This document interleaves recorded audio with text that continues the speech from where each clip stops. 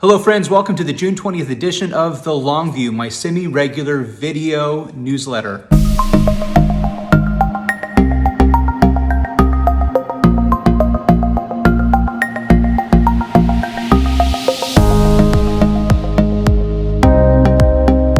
To start, I want to express my deep gratitude to those of you who are regular phone callers, checking in on the congregation, seeing how our families are doing. The reports that we're getting back is that Lord of Life is largely doing well and is hopeful, a little bit antsy, but I think we're all antsy at this point of this COVID journey. Anyway, my gratitude to all of those people who are so invested in our community's care and who are checking in on the saints at large on a regular basis, just to make sure that Lord of Life is okay and to ferret out any needs. You guys are priceless and wonderful. Thank you for making all of those phone calls, sending all those emails, and thank you, congregation, for taking those phone calls and responding to those emails so that we can stay connected to all of you, hearing how you're doing, and be responsive as is necessary as the church. I'm appreciative of all of you. I would like to lift up in this newsletter that Ken Vanderhorst has taken the role well of our new Minister for Community Care, and he's making phone calls, working phones, connecting with our shut-ins and those people in need of prayer and care in our community, and he's doing an absolutely fantastic job. If you don't know Ken, he and Chris are relatively new to the congregation. They've been with us for several years now. But Ken has worked as our assistant director for facilities, and so he's helped out with our buildings and taking care of them, helping Kyle with those ministries. Anyway, he does a great job at that, but his first passion is people, and when you talk to him, you'll know that.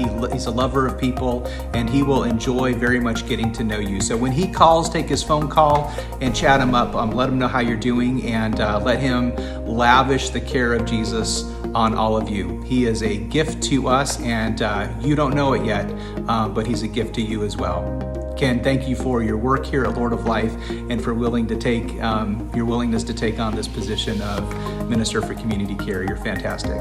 The Parish Leadership Council met on June 15th for a regular scheduled council meeting and discussed lots of issues pertinent to the life of the church, but one of them was keeping in front of our leadership plans for reopening, how soon we can do that. The PLC will be publishing a letter that I think will go out maybe around the time that this vlog is landing in your mailboxes to update you on where we're at with that stuff. We're pushing off any decisions about even partial reopenings until our July conversation. Right now, we feel like it's a better part of valor and care for our community that is doing ministry so well in so many spheres to just wait and see and just take this really slow. So we're still tethering our opening to CDC Phase 3 guidelines, 42 days of declining infection rates and hospitals and nursing homes allowing visitors again. And of course, those things haven't happened yet. We'll see. The Parish Leadership Council is reserving the right to change direction on those things as might be befitting for our community. But anyway, we'll have more communications on that.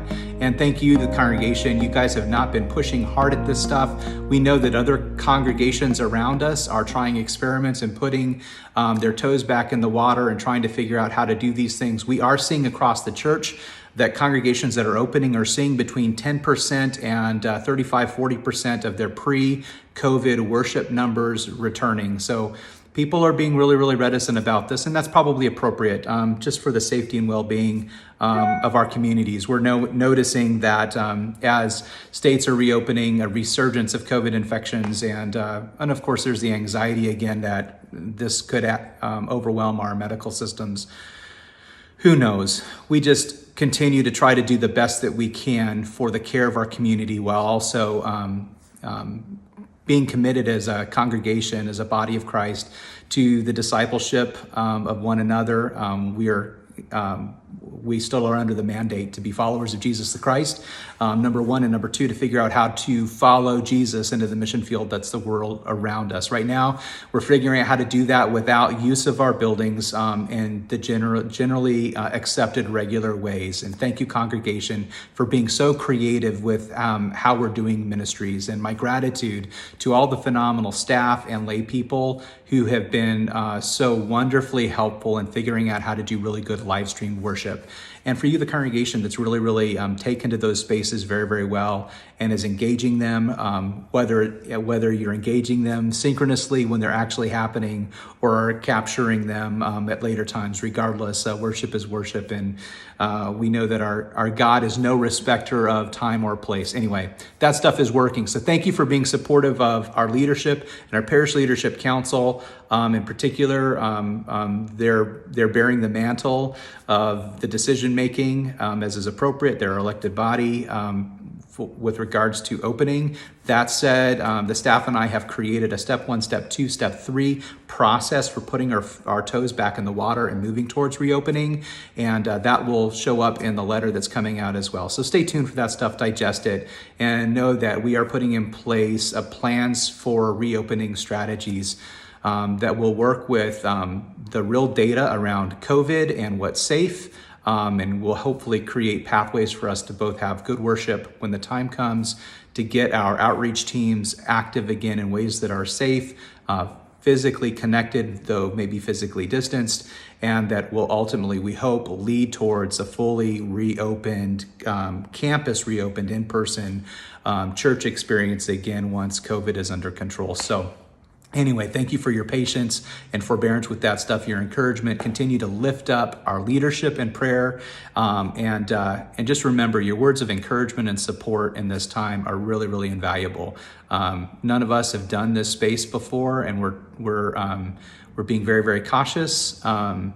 But we believe that our first value, aside from serving the heart of Jesus in the world, is care for one another and for the community around us. And so we're trying to figure out ways to do that to the best of our ability. Anyway, thank you all very much. Just to keep you guys apprised, Kenny Champagne's call process continues apace. We've got a great call team that will be working with him towards his call process. Just a reminder, he's not going anywhere, but because Kenny is now graduated from seminary with a Master's of Arts in Diaconal Ministries, a madam. He's the one who pointed that out to me. Master's of Arts in Diaconal Ministries. He has been approved for ordination as a deacon, not as a pastor, as a deacon.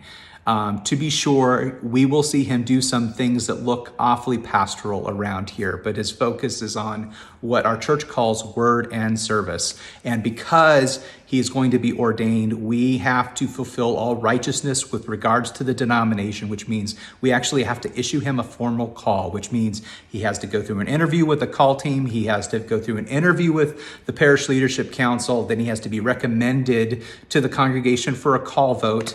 We have to have a call vote, and we're figuring out how to do that in these COVID times. It will probably involve a massive Zoom calls and drop-off ballots. I don't know. We haven't worked out those pieces, so stay tuned. We will figure this stuff out, and we'll make it work. And then ultimately an ordination service process for Kenny. So just so you know, those things are proceeding apace. The team is fantastic. Michelle Taylor is the call chair for the call team. Alex McWhirter and Kathy Brondos are on the call team. They're both members of the PLC. Lori Krause is representing the HR team. And then Patty Nix, Mark Knopf, Amy South, and Abby Jones are all members at large on the call team. And so they will be interviewing Kenny here in the next 2 weeks. And if they give him the thumbs up and Kenny gives us the thumbs up, then the interview goes on to the Parish Leadership Council for an interview that will happen before our July 20th meeting. So right around the corner.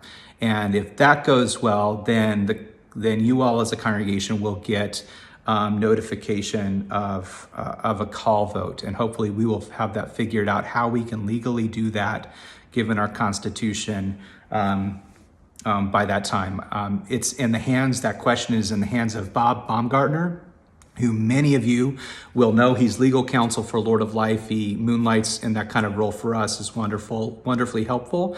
But Bob Baumgartner is dealing with this question right now in conjunction with Bob Tuttle, who is the Synod and ELCA's legal counsel and consultant. And so anyway, we'll have it figured out. Just stay tuned for that. But wanted you to know that stuff is proceeding at pace and that we are working diligently at that. Our conversations around racism, I think, have gotten underway in a really, really profoundly good way. The first gathering of folks around this on a Thursday evening last week, a week ago from when I'm recording this on the 17th, so I guess it was the 10th, was incredibly well received. Aside from some technical issues getting people together, we had 45 people participate in that conversation with lots of interest around exploration learning and figuring out how we can not just be a part of the problem that is racism in this nation, but begin to really develop eyes for understanding, to see what's going on, number one, and number two, to move towards an active engagement in racism conversation and participation as we transform our own lives and hopefully transform our community so that ultimately our world looks like God's promise given to us in Isaiah 25. On this mountain, the Lord of hosts will make a feast for all people. We believe that all means all is the vision that our God is calling us into.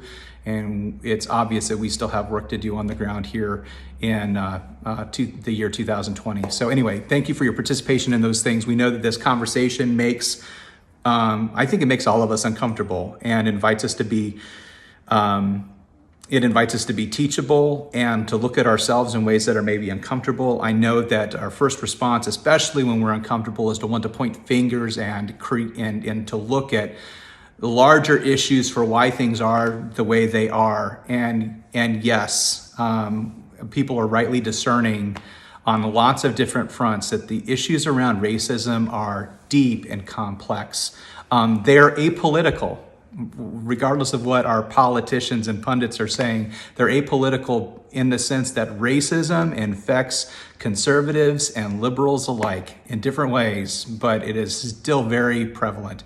And yes, there is such a thing as systemic racism. I know that there's all sorts of video stuff being produced that wants to debunk that as a myth. But there's a phenomenal video on systemic racism that will be linked down in the racism resources below in this newsletter. So click on that. I think you'll find it fantastic. It's even-handed, it's profoundly interesting, and disheartening and challenging. But anyway, I commend it to you. It's not too very long. And it's produced by the guy who created VeggieTales of all things. Anyway, it's worth looking at. So lots of work to do there, but just know that proceeds apace, and we will continue to have ongoing opportunities for people to engage both the Imago Dei reflections on race that the Metropolitan Washington, D.C. Synod is putting on here over the coming weeks and months, as well as our own efforts here in the congregation. And again, my deep appreciation to the Racism Engagement Task Force, Gail Jackson, who is our lead, Ted Charles, our VP for Clifton, Diane Panesi, who, though she is up in Maine, is staying connected to this conversation, Pastor Julia, myself, and Pastor Mike. And I think I got everybody in that. Anyway, we're passionate about this conversation, about just creating spaces for people to both be vulnerable with their own perceptions and understandings, and to really talk this out so that we can get clearer as a people of God how it is that people who follow this Jewish Middle Eastern Messiah who dies for the sake of the world can better welcome people who don't necessarily look like us if we look like Caucasians.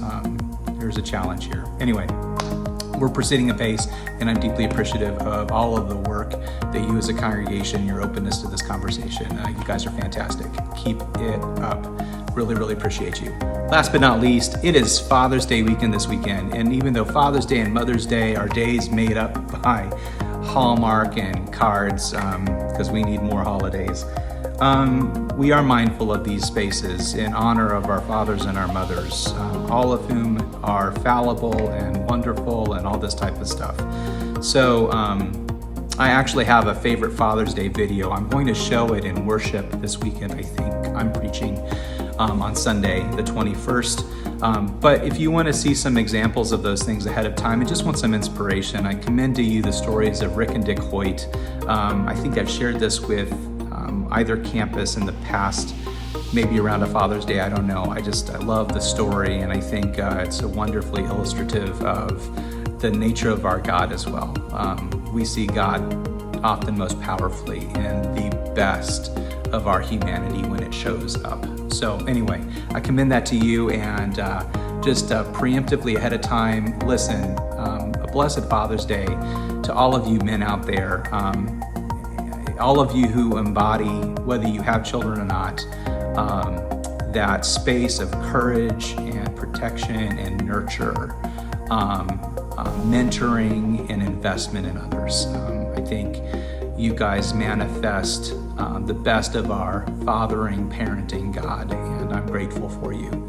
Keep up the good work and keep investing in this world. The data says that mentoring and fatherhood are as important to the well-being of the human family as ever, and we just got to keep it up in the best ways that fatherhood is constructive human force for the world. Anyway, I'm appreciative of all of you and your work, and deep love and appreciation for you.